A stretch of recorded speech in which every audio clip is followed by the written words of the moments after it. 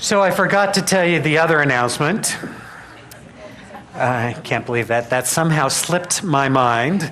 But so my dear, sweet little disowned niece has invited me into this, or challenged me to the ALS Ice Bucket Challenge. Yay. Because I feel this need to do everything publicly, humiliate myself, I decided that this very afternoon, after this service, I'm going to go dump a bucket of water on myself. But I thought about, Matt Damon he did this challenge, and he put out something that really has got me thinking, and it's this idea of what a luxury it is for us in this country that we can just go get buckets of water and dump them on our head and laugh and have fun with that, when so much of the world doesn't even have potable water. So here's my challenge to you, that if you would like to waste a little water and dump some water on me, I'm inviting you to our little ceremony, our baptismal ceremony after the service. You can dump a bucket of water on me, and it's going to cost you $10 though. So, and that $10, we'll take all whatever's donated, and we're going to send that to water.org as part of this ongoing project to bring water to everyone. So,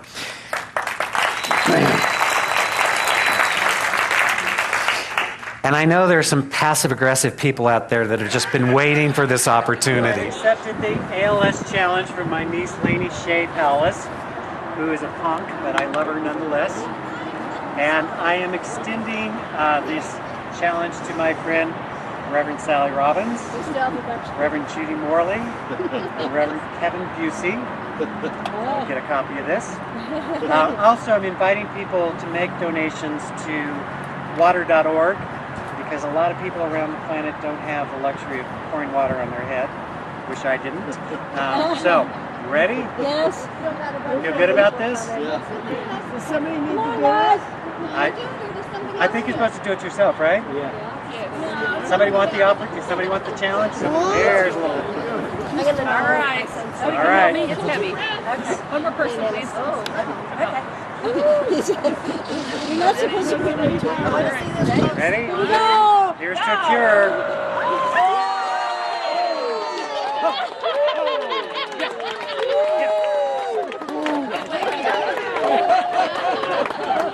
There it is. Take a good look, kids. Oh, how fun was that? Okay, Mom, you made my day. All right. Well, I'm glad I could make your day. Thank you. It's very interesting. Every time we talk about doing fundraising ideas, Shane is always like, let's get a dunk tank. Let's put you in a dunk tank. Let's put you in... Like, what is that? Here I am, your beloved spiritual leader, and you just want to dunk me in water? I don't get it.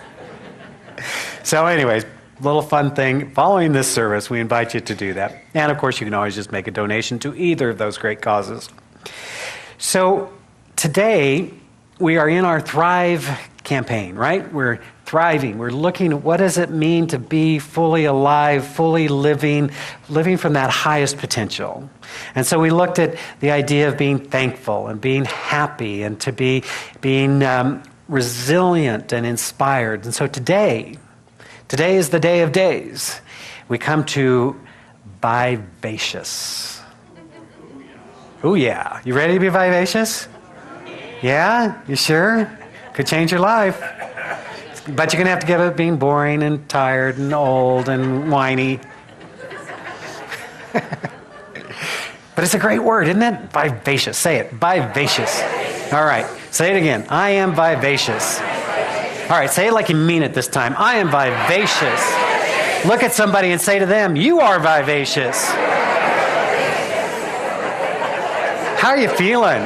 It works. It's magic.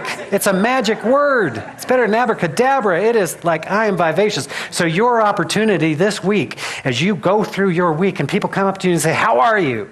You look them right in the eye and you say, I am vivacious. And so are you. Right? Just see if it doesn't change the energy of your life. You see, I love this word. What it means, looking it up, because I always love the etymology of words, where they come from, what's the meaning behind them. And so vivacious comes from the root word, which is vivere, which is Latin for life. So vital, viva, all these words that sound like that are all words about life, about bringing forward greater life. And so when we are living the vivacious life, we are attractively lively and animated. How's that feel? Now, I want to talk to you today a little bit about becoming attractive.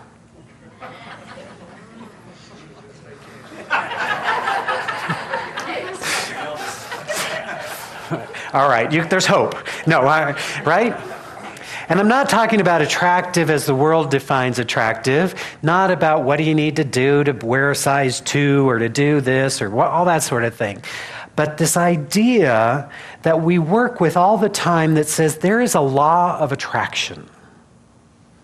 There is a law of attraction that we don't, Ernest Holmes says, we don't get what we want. We don't get what we hope for. He says, rather, we get what we can embody, which is to say, we get who we are. And so how we show up for life is what is attracting into our experience the things that are happening.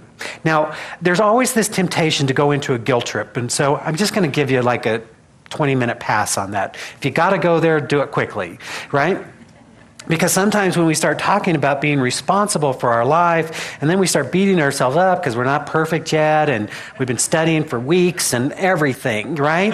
I did my affirmation, nothing changed. I don't get it, right? So if you gotta feel guilty, go.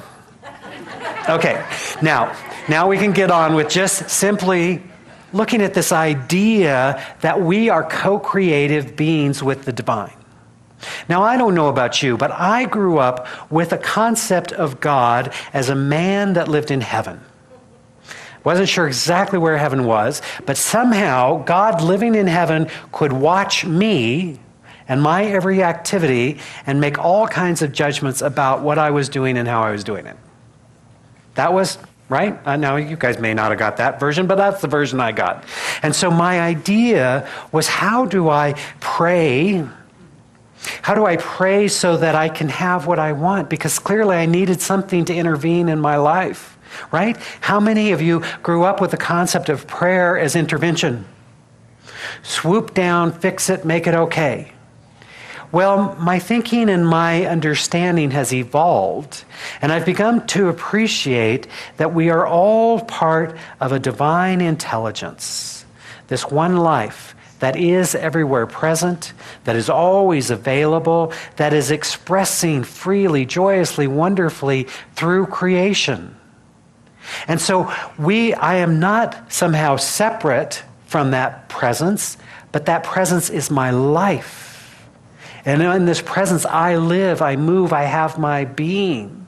So when we start to talking about being creative beings, we're not really creating anything. We're co-creative with an infinite wisdom and intelligence. You see, very different. Not God, how can I have greater good in my life? How can I have the money? But rather to recognize that the very nature of the divine is abundant. We have ample proof of this. Look around. There's a lot of galaxies, let alone stars, right? It just goes on and on. So this creative wisdom and intelligence just knows how to pour itself into existence. It delights in its self-expression. And if that is my life, then the limitation that I may be experiencing in my life is not because somehow this presence and power is withholding my good, but rather my own limited concept of what is possible for me. Now, those of you that are tempted to go back into guilt, we did that, okay? So just don't go there. All right, 10 more seconds. Okay, great. Right? So this is not about, oh, what's wrong with me, blah, blah, blah. It's just looking to see that if I'm a co-creative presence with this one power, then what needs to happen is for me to be more expansive around possibility, around who I am, around what's going on. Now, here's the thing. I was recently talking with a woman who grew up in a very unfortunate and abusive household. And her parents were just not nice. Now, they were wounded in their own way. We know how these things happen. But she developed concepts about herself subconsciously. Most of this is all subconscious, realize. And so, guess what? When she got out into the real world and started creating relationships on her own, guess what they were like? They were abusive. Right? Because somehow this poor innocent child developed a limiting concept about herself, decided what love looked like, and then went about creating relationships that looked like her family of origin. Right? She didn't go out consciously and say, gee, who's the most abusive man in the room? I'll give him my number. Right? But rather just attracted into her experience from her level of belief.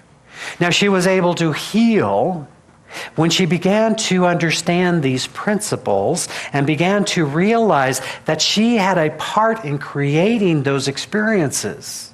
No blame, no shame, just to realize that something within her was attracting to her situations that would be reflective of that core inner belief. As she began to change that core inner belief, she began to understand herself as a lovable, worthy, powerful woman. Then her relationships began to reflect that new sense of self. She became attractive to loving, nurturing, wholesome relationships. So if you look at your life, now, am I the only one that's challenged with my life from time to time? Am I going to have one of these confessionals and you all get to stare at me and point and talk about me later? But if on the off chance there's something where you're feeling challenged in your life, maybe it's around finances, maybe it's around your health, maybe it's around some relationship, maybe it's about something. I just want you to ask yourself the question, how do I need to become more attractive to the thing that I want? Right? So let's take money, for example. I know some of you got more money, you don't know what to do with it. You're like, oh, I don't know what to do with all this money, right? What do I do with all this money today? For others, though, you're kind of like, oh, right? And so look at how attractive you are.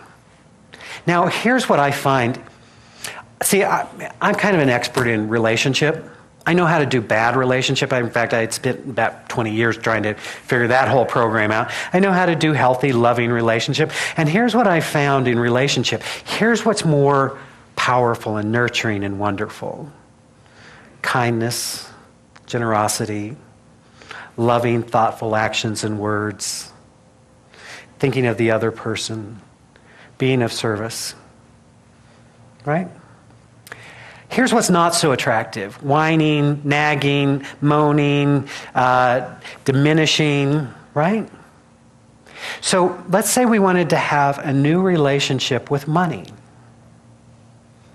How would you talk to this money?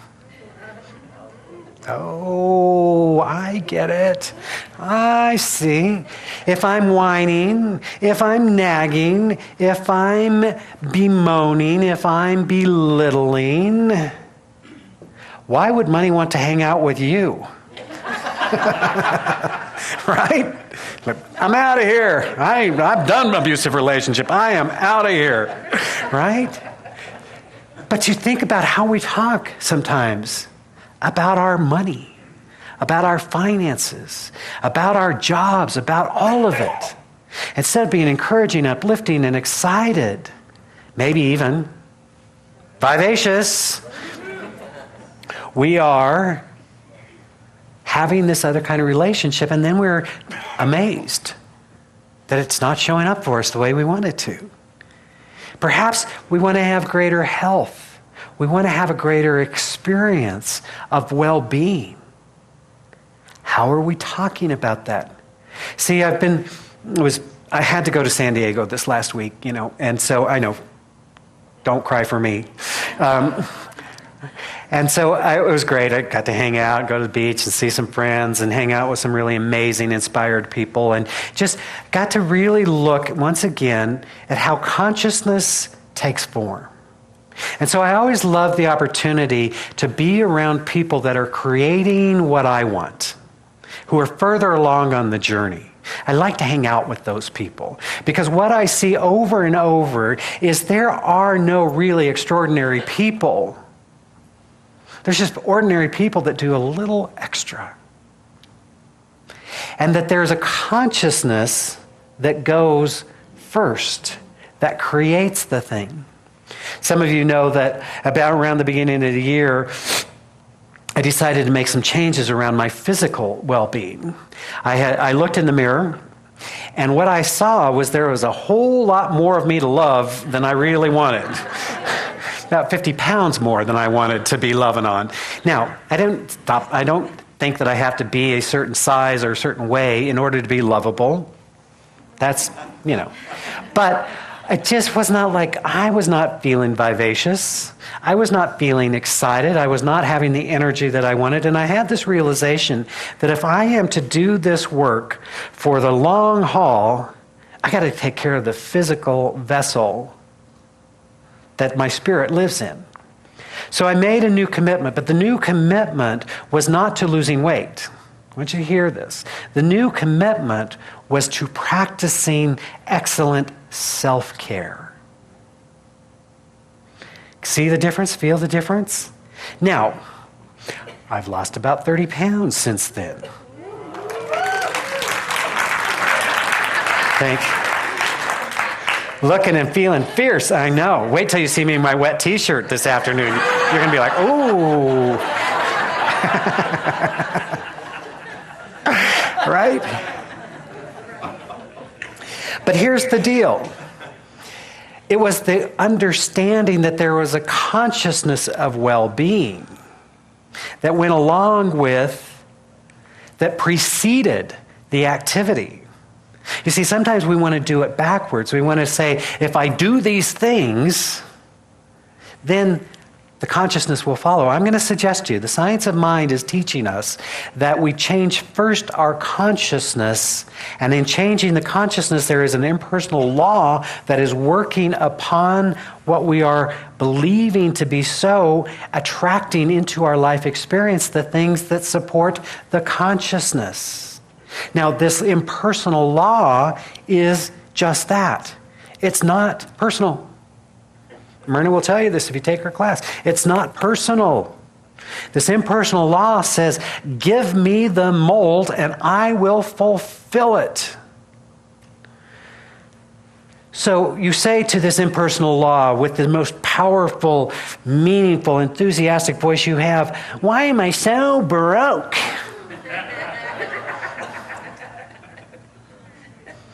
And the impersonal law says, let me show you the ways.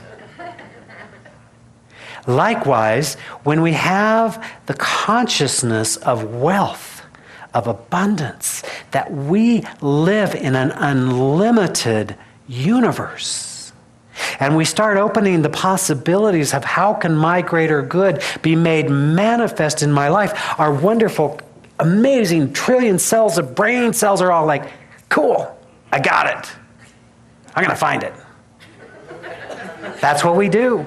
That's what our brains are trained to do. You see, here's the thing with our brain. You have this amazing brain. All these cells bombarded with billions of stimuli all the time. You're like, ooh, that's a little much, right?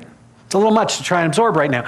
So our brilliant, wonderful brains say, okay, I can focus on about 2,000 stimuli right now. That I can keep track of. And so I'm going to focus my attention on that. Now, all of that other stuff still exists. But what we are perceiving as reality is what we have believed is possible. But when you begin to ask new questions of that mind, then all kinds of possibilities begin to be possible. I was listening to a wonderful speaker talking about this idea. You can try this experiment at home. This week, notice how many red Volkswagens are in your neighborhood. Just pay attention, right? You're going to be amazed at how many people went over this last hour and got new cars and brought them home that were red Volkswagens. They did not exist before you before. Not because they did not exist, but because they didn't have our attention. So when we understand this, we begin to realize the power that we have as we are saying, aha. If I'm not experiencing the greater degree of abundance that I would like to experience, it is not because abundance does not exist. We still live in the same abundant universe. But we may have, at some level of our being, said, this is how much abundance is available for me. And whatever that story is. Doesn't matter what the story is. It's just recognizing, aha, there's a new way of being. I'm always amazed when women are saying, I hear women say things like, all the good men are either gay or married. And I'm saying, you want one, right? That's a wonderful opportunity, right?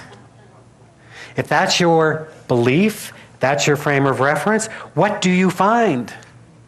Gay or married or gay and married men, right? Good for you. But you see, the good news is it works. We do get what we look for. Now the question is, in my new vivacious way of being in the world, will I start programming my mind differently to say, what do I want? And what are the ways that I can go about creating that? Where are the opportunities that I've not seen up until now?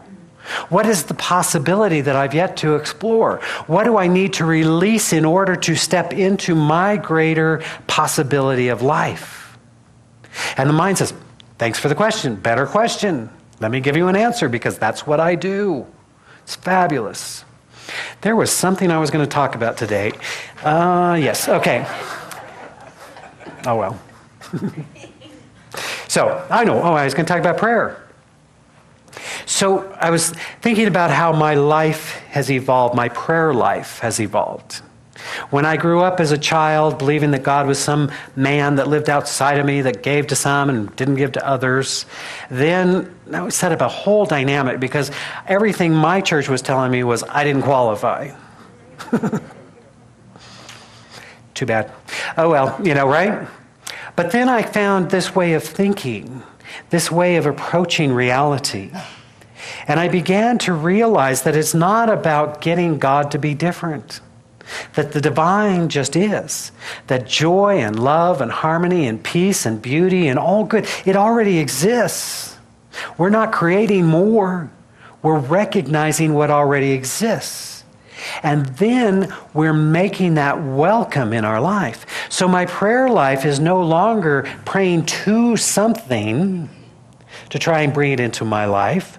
But rather, my prayer life is about expanding my perception of reality, my ability and my capacity to recognize what already is, and to allow it to be expressed.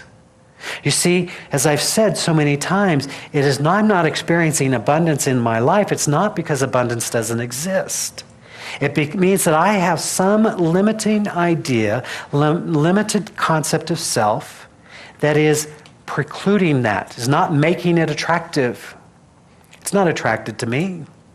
Abundance goes to abundant people. Have you noticed that?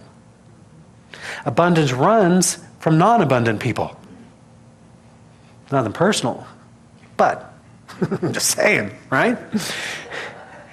So if we want to create greater good in our life, we want to ask ourselves, how do I become more attractive to the thing that I want to experience? How do I need to grow? How do I need to expand? What do I need to release? What limiting ideas am I holding that no longer serve me? And we begin to change that. It's like the woman that I spoke of earlier. She became whole within herself. She did the inner work she needed to move beyond those early conditioning ideas to have a new concept of herself, to value and love and appreciate herself for who she was, and to recognize and know that she not only wanted but deserved healthy, loving, nurturing relationships. That became her new belief. And as that shifted, then it was inevitable that Mr. Right would show up, who would love her and support her and nurture her and treat her the way she deserved to be treated. So our prayer life is not God give me, not God bring this into my life, but if anything, it's divine wisdom help me to expand my perception. Help me to release those ideas that no longer serve me. Help me to experience my own divinity. Allow me to make welcome in my life that which serves the highest good. Feel good? You ready? You ready to live a vivacious life? Turn to somebody and say, I'm ready to live a vivacious life. Now turn to your other partner and say, you deserve a vivacious life.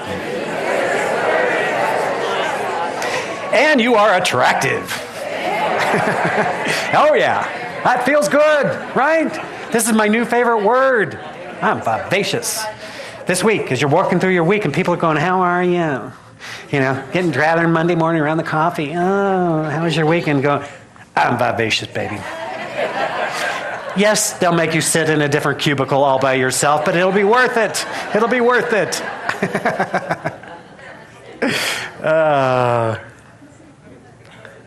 One last prayer I got to share with you. I came across this and I just love it. Because my great teacher right now is a little gal by the name of Roxy. She's about 40 pounds and she's four-legged, and she teaches me every day about unconditional love and acceptance, about getting your needs met, and how the whole universe, this is her worldview. Everyone in this universe is here to love me. And she's shocked when people don't understand the rules, right? So I'm reminded of that. It's just her expectation.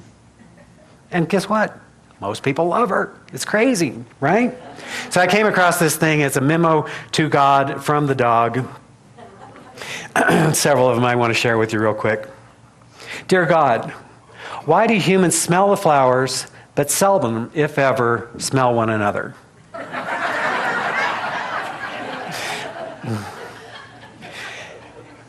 This one. Dear God, when we get to heaven, can we sit on your couch, or is it still the same old story?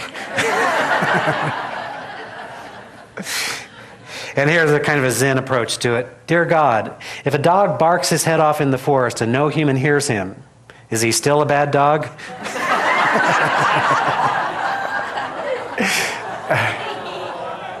Oh, gosh.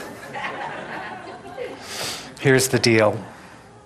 The divine delights in its self-expression. We have lots of experience of how the divine is always pouring itself into existence. We want to, as we continue on our spiritual path, just keep opening that possibility for greater good to be realized and revealed through us. It is the Father's good pleasure to give you this spiritual dimension. Let it be our good pleasure to make it welcome, to be attractive, to allow that to be our everyday, ongoing reality. You ready? Let us pray then. As we turn inward, honoring and acknowledging this one life, this divine presence, this infinite being, the one which is forever and ever expressing itself in, through, and as all creation. And as I remember those simple words, there is but one life, then I know that that life is my life. That life is your life. And so the word that I speak with power and clarity and conviction. For I know that in truth, it is the creative intelligence spoken through me, bringing forth its highest self-expression. I'm accepting in this moment that which already is, that love is the only reality. And so I open my mind and my heart to experience divine unconditional love. I invite you to join me in this place of absolute unconditional love, joy, harmony, peace. To know that this is indeed our divine inheritance, and to know that we are healed and transformed as we forgive ourselves, as we forgive others, as we let go and surrender to the greater possibility. I speak this word of truth knowing that health, well-being, wholeness is the order of the day. For we are whole, perfect, complete beings. We know, allow that consciousness to reflect itself in our activity and our actions that support our wholeness, our well-being. Speaking the word of truth as I recognize and know that we are abundant beings right now, for we are one with the one life that is forever abundant, forever revealing more of itself. And so we allow our lives to be a testament of this dynamic good. We're speaking the word of truth right here, right now. How good it is to recognize this, to know that we are spiritual beings enjoying this human experience. We are making welcome that which we seek. We are becoming attractive to that which we would have in our life. We are releasing that which no longer serves us, bearing witness, bearing testimony to the infinite presence of good. And so it is with a joyful and profoundly grateful heart that we give thanks for the many blessings in our lives, that we are consciously aware of the many miracles surrounding us. We are blessed, and so we extend a blessing.